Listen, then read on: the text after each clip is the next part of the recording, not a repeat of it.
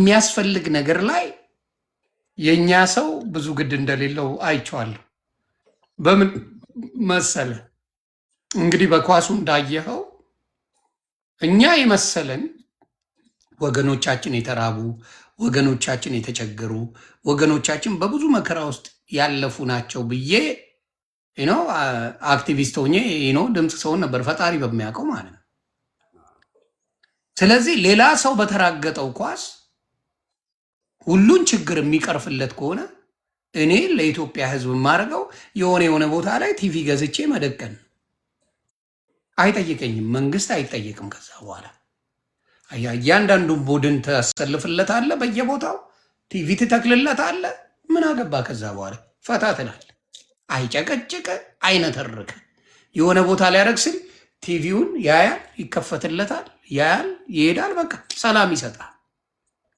ስለዚህ ያየነው ነገር ያንን ነው። እኔ ውስጤ የተሰማው ስሜት እግዚአብሔር ምስክሬ ያ ስሜት ነው የተሰማው።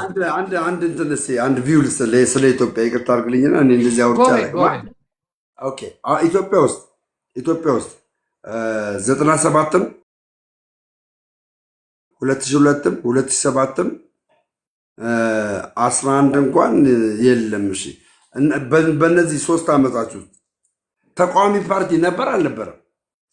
ነበር። በፊት ተቃዋሚ ፓርቲ የህዝብ ጩኸትን ይዣለሁ ብሎ ተነስቶ ነው አለም ሲቋቋም የነበረው አይደል?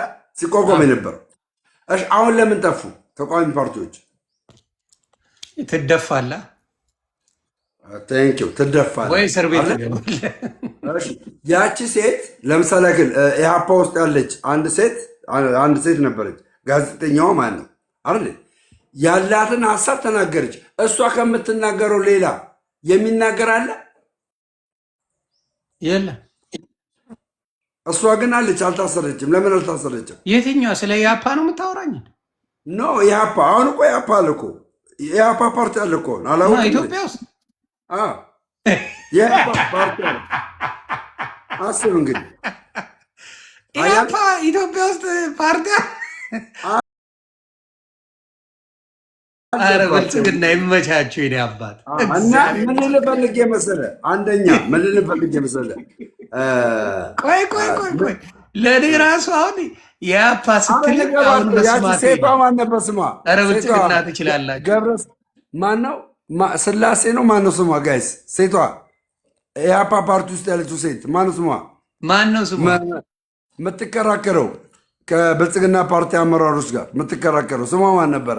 ስሟንም ማርፈው አረ የሆነ ገብረ ስላሴ ምናምን ገብረ ምናምን ነው ብቻ እንደዚህ ስሟ ሚስጥረ ስላሴ አለች። አሁን እሷን የምትናገረው ነው ማንም የሚናገር። አንተ አሁን ውጭ ሀገር ነው ያለው አለ። እሷ ሚስትን የምትናገረው ነው የምትናገረው። ገባኝ ብራንደን፣ አሁን ገባኝ። ኦኬ ምንም ለውጥ ህዝቡ ላይ የማያመጣውን ማድረግ ቋንዴ ቱቱ ልበልብሽ ነፍሷ የሆነ ይበልብኝ። እውነት አምሮባታል በእውነት ከባድ ሚዛን አንድ ሁለት ሌላ ጠፍታል። ብራንድ ሁለት አንድ ነገር ልጨምርና ልጨርስ። ኢትዮጵያ ውስጥ ብዙ ወጣቶች አረብ ሀገር ያው ለስራ ነው የሚሄዱ፣ ግን ብዙ ወጣቶች ፖለቲካ አማሯቸው ወይ ደግሞ ሰምቲ ስፔሻሊ ፖለቲካ አማሯቸው። አብዛኛው ወደ ኬንያ ተሰደደ ሲባል፣ ወደ ሱዳን ተሰደደ ሲባል ሰምተህ ታውቃለህ? አላውቅም። ታዲያ ምንድን ነው አንተ እንዲህ ምን አለ መሰለህ፣ አንድ ምክር ዮኒ ቬጋስ የመከረኛል። ይህን ለሌሎቻችሁም ይጠቅማል። አንድ ሀገር ላይ አንድ ቦታ ላይ ሆነ ዝናብ ቢዘንብ ምንድን ነው የምታደርገዋል ሲለኝ፣ ወይ ጃንጥላ ካለ በጃንጥላ ይጠለላሉ አልኩት፣ ወይ ደግሞ የምጠለልበት ቦታ ሄጄ ያው ዝናቡ እንዳይመታኝ አደርጋለሁ አልኩ። አዎ ለምሳሌ ሀገራዊ ችግር ቢኖር አንተ ማድረግ ያለብህ የራስህን ነገር እዛ ችግር ውስጥ እንዴት እንደምትወጣ ከዛ ችግር ውስጥ እንዴት ወጥተህ ራስን ማስተካከል፣ ማስተዳደር፣ ራስን መቀየር የምትችልበትን ነገር ነው ማድረግ ያለብህ እንጂ ችግር ነው እያልክ ከሁሉ ጋር ብትጮህ ምንድን ነው የሚሆነው አለ። ያ ዝናብ በሙሉ ይከተክታል፣ አንተም ለውጥ አታመጣም፣ አትኖረውም አለ። ስለዚህ ዝናቡ እስከሄድ ድረስ ዝም ብዬ ልቀጥቀጥ ከማለት የራስህን ነገር አመቻችተህ የራስህን ላይፍ በራስ ነገር ላይ ብትቀጥለው ጥሩ ነው የሚል አመለካከት ነው ያለው እና ቆም ብዬ ማሰብ ጀመርኩ። እንደዛ ሲል አሁንም ባለው ችግር ላይ እንዳልኩ ሙሉ እንትን የሚል ከሆነ አብረ እንትን የምትለው ነው። ግን ካልሆነ ይሄን ነገር ያደርጋል። በተለይ ፖለቲካውን ይሄ ኳስ ለውጦታል። ሰው ፖለቲካ ሰልችቶታል። እንዳየሁት ችግር ሊኖር ይችላል፣ በሚችለው መልኩ ይፍጨረጨራል። ከዛ በኋላ ግን ያለው ነገር ምንድን ነው? የራሱን ላይፍ ነው የሚወስነው ብዬ ነው የማየው እና ኮንፊውዝ ያደርገኛል። አይኖ የተቸገረ ህዝብ አለ፣ አይኖ ብዙ ነገር የሚል ህዝብ አለ። እንጨርሰዋለን ያብዬ ሶሪ ስለጀመርናት የሆነች ነገር ነው በስሱ እና ያንን ነገር ሰው በገባው መጠን ካደረገ እኔ ችግር የለብኝም ነው የምልህ። ግን የኔ ፐርሰናሊ እኔ ላይ ደርሶብኝ አይደለም በዚህ ደረጃ ጓገጭ ስለነበረው ነው የምልህ። ፐርሰናሊ እኔ ማንም ነክቶኝ አያውቅም። ሌላው ምን የምልህ ምንድን ነው አሁን አሜሪካን ሀገር ለምሳሌ ሌላ ሰው የሚመጣ ካለ ዘግቡን። ዙዙሻ ካለች ሌሎችም እንኳን አብሮ አደረሰን ቤተሰብ ዙዙን ጥሪያት ኦሚ። እሺ አንተ አሁን አሜሪካን ሀገር አለ ዮኒ፣ አሜሪካን ሀገር አለ። ኦኬ አሜሪካን ሀገር ኑሮ ያስቸገራቸው ሰዎች የሉ? ሆምለሶች በሚገባል አሉ። የትም ሀገር ላይ ብትሄዳሉ። ቴንክ ዩ። እሺ የሌላቸው አሜሪካን ሀገር ምን መሰለ አማራጭ አለው። ሰርተ ነው የምልህ። ሰርተ ብዙ አትቸገርም። ሰርተ ቢል ከፍለ መኖር ትችላለህ ከሰራ። አሁን ለምሳሌ መኪና አሜሪካን ሀገር ሀብታም አይደለም የሚይዘው፣ ገንዘብ ስላለ አይደለም የምትይዘው፣ ትራንስፖርት ስለሆነ ነው የምትይዘው። መኪና ስለነዳ ሀብታም ማለት አይደለም። መኪና እያለው ሆምለስ የሆነ አሜሪካዊ ታመጣለህ። ኢትዮጵያ ላይ በተአምር መኪና እያለው ሆምለስ አታመጣም። ኢትስ ናት ገና ሃፕን። ስለዚህ ፕራዮሪቲ የተለያየ ነው። አሜሪካ ማይንድ ሴታፑ ነው ዋናው። ማይንድ ሴቱ ያለው የሌቭል ከአሜሪካ ጋር ኮምፔር አናደርገው። ከአፍሪካ ጋር ከሄድን ሌላ ምሳሌ ያመጣሁት ለመሰለህ ምሳሌ ያመጣሁት አሜሪካ ጋር በፖለቲካ የሚቃወሙ ሰዎች አሉ፣ ትራምፕን የማይደግፉ አሉ። ትራምፕን አሜሪካን ሀገር ሆኑ አየህ፣ ትራምፕን የማይደግፉ አሉ።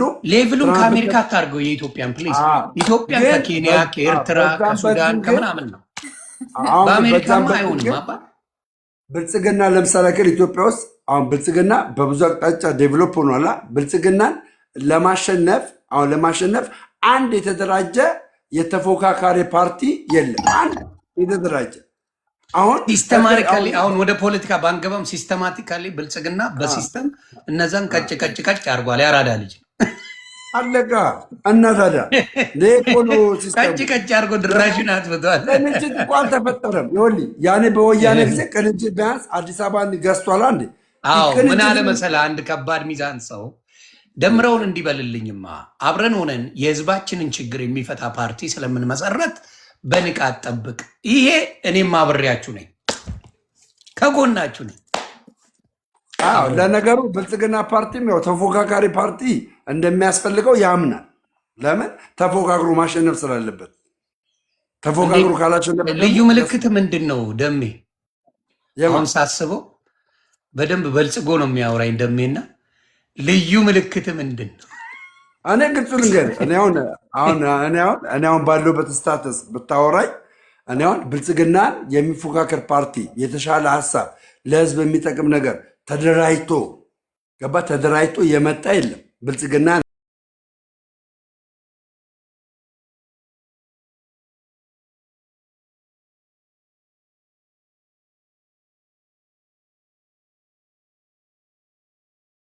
ቤተሰቦች ያቡ ትባላለች።